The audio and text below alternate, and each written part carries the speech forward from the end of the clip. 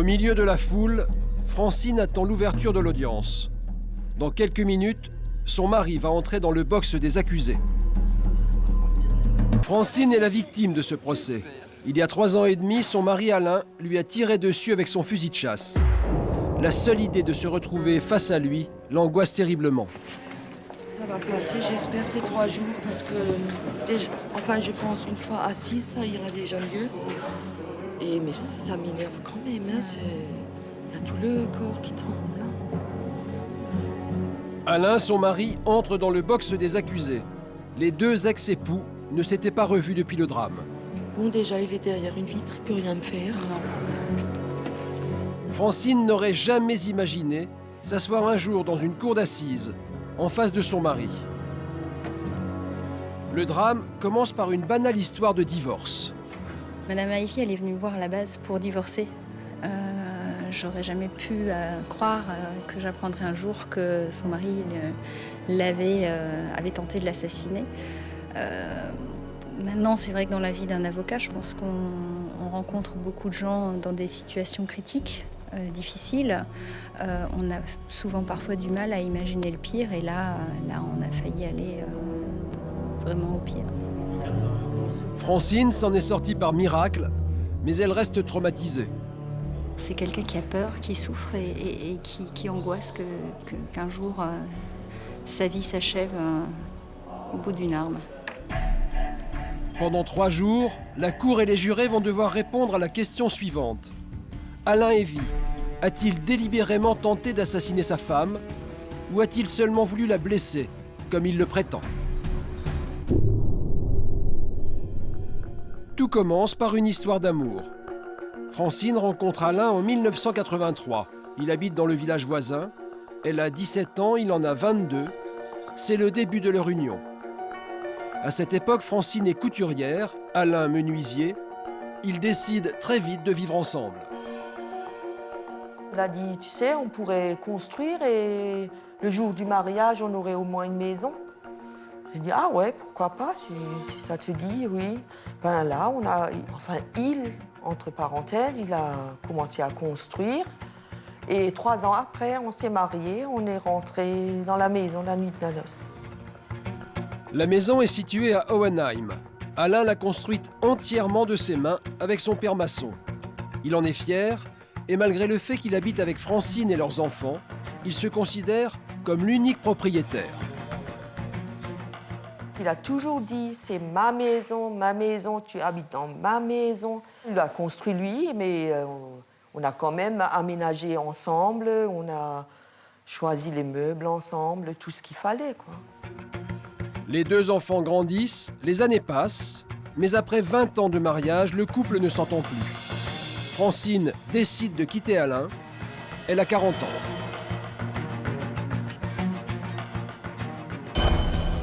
Francine quitte la maison familiale et retourne chez sa mère dans le village voisin. Alain supporte mal la séparation et la discussion s'envenime très vite sur le partage des biens, notamment sur la maison. Le dialogue est rompu pourtant 8 mois après leur séparation, fin juin 2006, Alain reprend contact avec Francine. Il m'a téléphoné un mercredi pour me demander de venir pour le partage de la maison. Et j'y suis allée sans penser à quoi que ce soit. Et il m'a accueilli, il m'a servi un café. On a parlé du partage. Ça s'est passé normalement, hein. Il était gentil avec moi, calme. Il voulait me donner tant et tant. J'ai dit, si je garde les enfants, il me faut quand même la moitié. Si tu ne veux plus rien donner par la suite. Moi, j'ai trouvé ça honnête, quoi. La discussion est détendue. Alain lui demande de rester un peu plus longtemps. Francine accepte, mais elle avait prévu de sortir le soir avec une amie. Elle doit l'appeler pour la prévenir. Faut que je téléphone à ma copine pour lui dire que je viens un peu en retard. Alors j'ai cherché l'annuaire, je l'ai feuilleté pour chercher le numéro. Et d'un coup, il dit « Ah oui, attends encore, j'ai encore une surprise pour toi. » Il est sorti. Je pense, qu'est-ce qu'il a comme surprise pour moi? Mais j'ai continué à regarder l'annuaire, j'ai cherché le numéro. D'un coup, il vient de derrière, là, comme ça, il est rentré, il s'est mis devant moi, au bout de la table, là où il était assis, il dit « Lève les yeux ». J'ai levé. Oh punaise, il a une arme. Il a dit, ça c'est pour les 15 ans que tu m'as pris pour un con. Et il a tiré.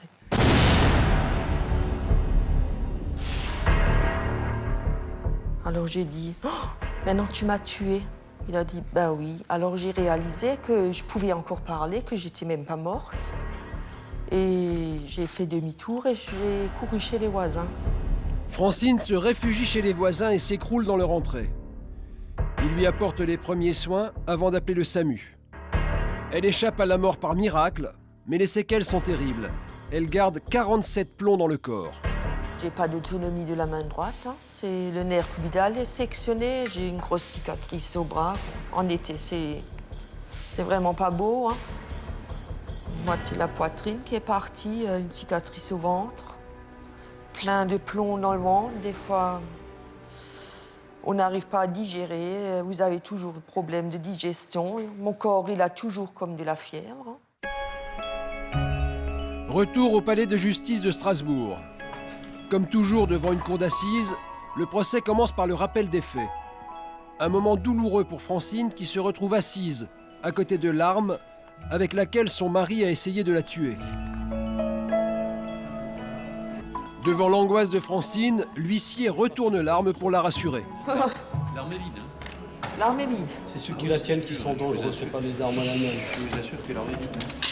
Mais vous savez, depuis que je regarde un film et il y a un coup de fusil, je suis comme ça. Hein, j'ai toujours l'impression, maintenant c'est sur moi qu'ils ont tiré. C'est impressionnant. Hein.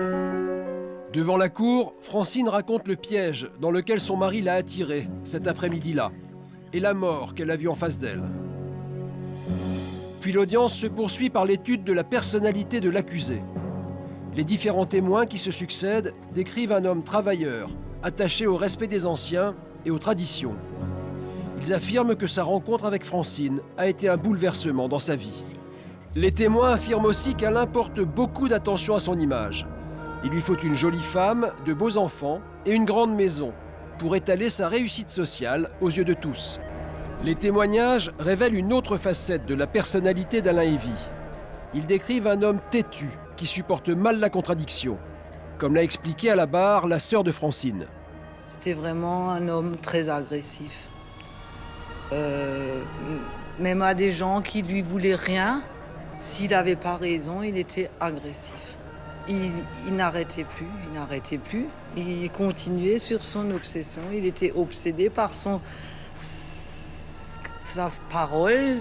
Sa parole, c'était la sienne et pas autre chose. Parce que bon, il pouvait être méchant, mais 5 minutes après, c'était fini. En cas de désaccord, il pouvait même aller jusqu'à menacer de tuer ses contradicteurs. Même son avocate le reconnaît. Il était capable de dire, maintenant si tu continues comme ça, je te descends. C'était une parole qui venait comme ça, à tout bout de champ. Il descendait tout le monde et quelqu'un a même dit, si tous ceux qui l'avaient menacé de descendre dans ces conditions étaient morts, il y en aurait quand même eu quelques-uns. Francine n'était pas épargnée par les menaces de son mari. Dès qu'il y avait une petite dispute, il a dit je te tue et tu peux partir. Et... Ouais, c'était son langage à lui, c'est pour ça. Il le disait tellement souvent qu'à la fin, on le croit même plus, vous voyez. La première journée se termine mal pour l'accusé, qui apparaît comme un homme irascible et impulsif. Francine, elle, est épuisée. C'est du passé pour moi, il m'a fait tellement de mal que j'éprouve plus rien, quoi. Je peux plus ressentir quoi que ce soit, que de la haine. Hein. Ce procès permettra-t-il à Francine de tourner enfin la page après 3 ans et demi de souffrance?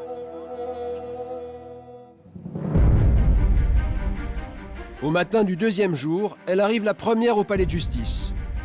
Ce matin, la cour va essayer de comprendre pourquoi Alain est passé à l'acte ce jour-là. Le psychiatre explique aux jurés que l'accusé ne pouvait pas accepter le divorce et que c'est pour cette raison qu'il aurait décidé de tuer sa femme. Il n'arrivait pas à imaginer de divorcer. C'était quelque chose qui était plus fort que lui. Et il disait que c'est pas qu'il veut pas divorcer, c'est qu'il peut pas. C'est son système de valeurs, c'est on se marie comme les parents, on vit ensemble toute sa vie, on a des petits problèmes. Il a accepté tout à fait les problèmes conjugaux, mais il espérait qu'un jour ou l'autre, il finirait par se remettre ensemble et il n'était pas pressé, il était prêt à attendre aussi longtemps qu'il le faudrait. Le psychiatre explique ensuite à la cour qu'Alain est très affecté par la séparation et qu'il espère toujours retrouver sa femme. À l'époque, il déprime, boit plus qu'à l'accoutumée et ses colères sont de plus en plus violentes. C'est dans la colère qu'il a fait ce qu'il a fait et tout de suite après, il s'est repris. Très vite, il savait quelques secondes après déjà qu'il avait commis une grosse bêtise et que il allait en payer lourdement les conséquences. On ne peut pas excuser un acte de la part de quelqu'un qui va prendre un fusil pour tirer, quelles que soient les circonstances. Intention homicide, pas intention homicide. Lui a toujours dit qu'il n'avait jamais voulu la tuer et je pense qu'il dit vrai. Alain a-t-il voulu tuer sa femme? Aujourd'hui, il prétend qu'il a simplement voulu la blesser. Mais que va dire l'expert en balistique? Il est clair qu'une arme de chasse est conçue au départ pour chasser et donc pour atteindre des gibiers à des distances tout à fait normalement de 20, 30, 40 mètres. A fortiori, plus on est près et plus on risque une atteinte létale. Alain a tiré de très près, 1 mètre environ. Mais son avocate affirme qu'il a visé le bras. Il dit toujours « j'ai visé le bras ». Or, il est apparu aujourd'hui, ça me paraît intéressant, qui est donc une plaie délabrante du bras droit, arrachement du triceps. Et vous avez entendu les experts dire que c'est là, effectivement, que la munition a frappé. Mais Francine, elle, a toujours déclaré qu'elle avait pivoté sur elle-même et que c'est grâce à ce mouvement qu'elle a eu la vie sauve. À 1 mètre, si on prend une gerbe de plomb dans le biceps, on n'en meurt pas. Mais pour Francine, cela ne fait aucun doute. Son mari a bien eu l'intention de lui donner la mort. Quand il tire de devant, c'est pour me tuer. Hein. C'est pour ça, il dit qu'il a tiré de côté, c'est pas vrai. L'après-midi, l'audience reprend avec 2 témoignages très attendus. Ceux des enfants du couple, Rosalie et Sébastien. Ils avaient 15 et 18 ans au moment des faits. Depuis ce jour où tout a basculé, ils sont déchirés entre leur père et leur mère. Sébastien est allé voir plusieurs fois son père en prison. Rosalie, elle, a toujours refusé de le faire. Elle le revoit aujourd'hui pour la première fois.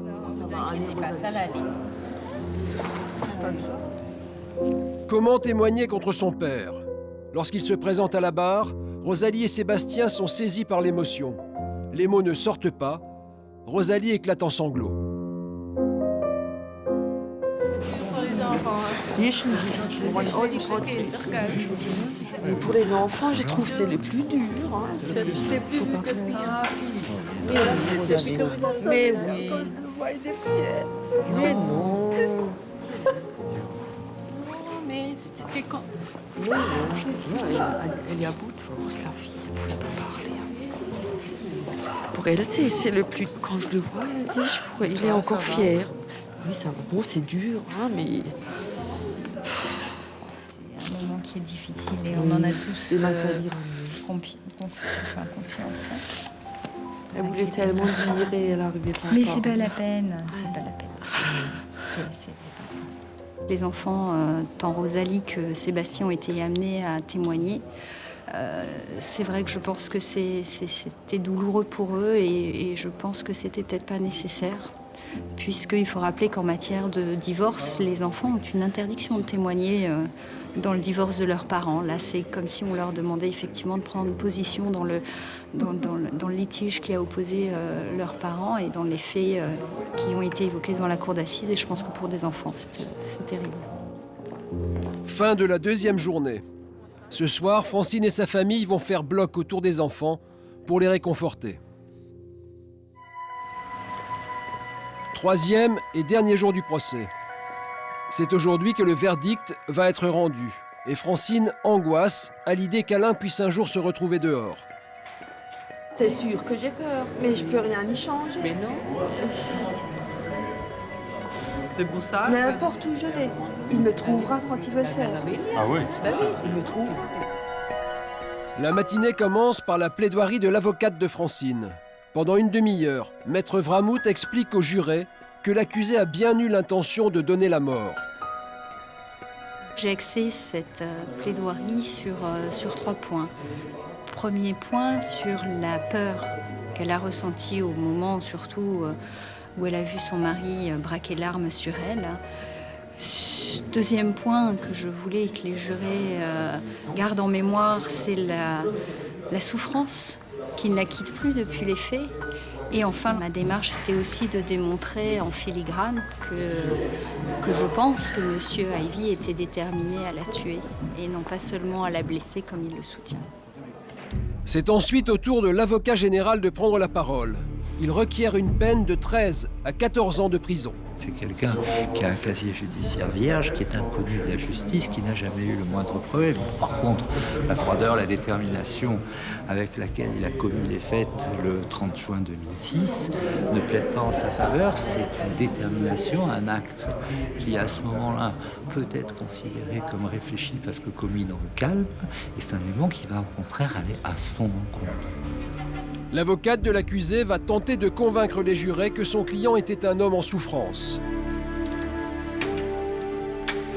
J'ai essayé d'expliquer aux jurés ce que j'avais ressenti de la part de chez Alain Ivy, qui est un homme qui n'exprime pas facilement ses émotions, mais qui était dans une souffrance profonde qui a fait exploser ce geste insensé qu'il va commettre parce qu'il est poussé à bout, parce qu'il lui a tout donné. Il a accepté le divorce, il a accepté le partage. Et puis finalement, elle s'en fichait. Elle avait autre chose en tête, cette soirée qui se préparait, cette soirée au cours de laquelle elle pensait s'amuser. Et ça, il n'a pas supporté, qu'elle n'ait pas compris cet immense sacrifice qu'il était en train de faire. Après les plaidoiries des avocats et avant que la cour ne se retire pour délibérer, le président demande à Alain Ivy s'il a une déclaration à faire. Alain se lève et déclare « Pardon Francine, je t'ai toujours aimé ». Après 3 heures de délibération, la cour va rendre son verdict.